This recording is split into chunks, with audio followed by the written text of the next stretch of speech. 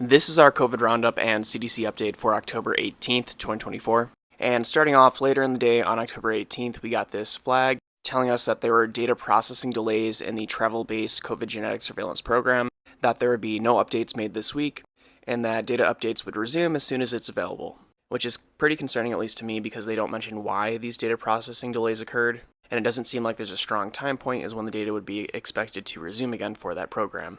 Next, I was perusing their respiratory illness data dashboard, and I saw that they had a list of effective tools and a hyperlink for decreasing the spread of COVID or preventing serious illness, and I wanted to check that out just to see what they're mentioning nowadays. But still, as of today, October 20th, 2024, the hyperlink is still dead. It doesn't direct you anywhere, which is honestly just continuously irritating to me that they continually have such issues with their website where you have dead links in between pages. There are times where certain links will send you on a circular loop where you go to one page and it redirects you to the page you were just on and then back and forth. And then there are other times when you have 3 different views of the same data and it's showing 3 different things. I just don't know how an organization makes these glaring errors consistently.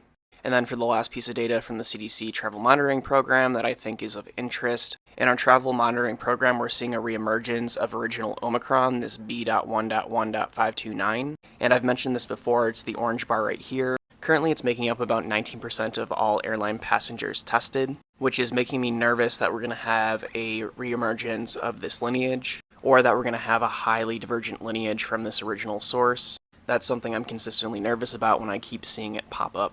When we look over to the Canadian Epidemiologic Program, we see that KP3.1.1 is starting to ebb its way out, dropping down to about 52% of COVID variants tested in proportion to the other variants. But the MC clade, which is its descendant lineages of KP3.1.1, in Canada are making up 23% of all variants in proportion when you group all of these together, with MC.1 currently leading those. And then in Canada, XEC is currently making up 13% of all variants in proportion. So again, I think this winter is going to be a pretty large competition between XEC and this MC clade. And when we look over to Mike Honey's analysis, we see that XEC has surpassed the flirt variants in circulation as well as the fluke variants in circulation, or the sluke variants. And we're also seeing that initial decrease, that starting of the ebb of the D-fluke or D-sluke variants, so that would be KP3.1.1 is starting to ebb its way out. And as a reminder, Mike Honey is looking at a global analysis, and globally XEC is making up about 14% of variants in circulation, where it also has 2 subvariants of XEC1 and XEC2. And when we look to XEC globally, we see that it's making up about 20 to 35% of variants in proportion in certain countries, such as France, the Netherlands, Spain, UK, and Denmark.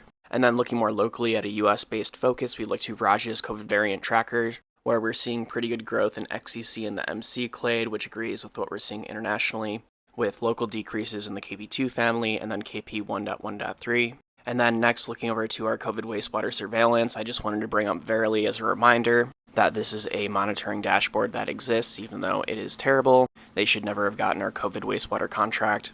But from what we're seeing, the Midwest is having high increasing levels of COVID in the wastewater. That's this orange right here. And then as a reminder, since Verily doesn't really do anything with the wastewater, they just aggregate the data. Let's look over to Wastewater Scan, where the public-facing data actually comes from. Looking over to the 148 reporting wastewater facilities to Wastewater Scan in the US, we're starting to see pretty significant increases in the wastewater signal.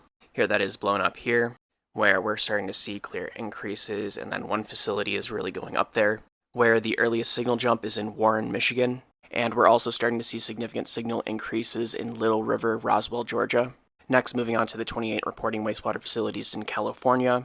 While not as high of a signal increase, we are starting to see an increase in the wastewater signal as well. So we're definitely into the start of our winter wave.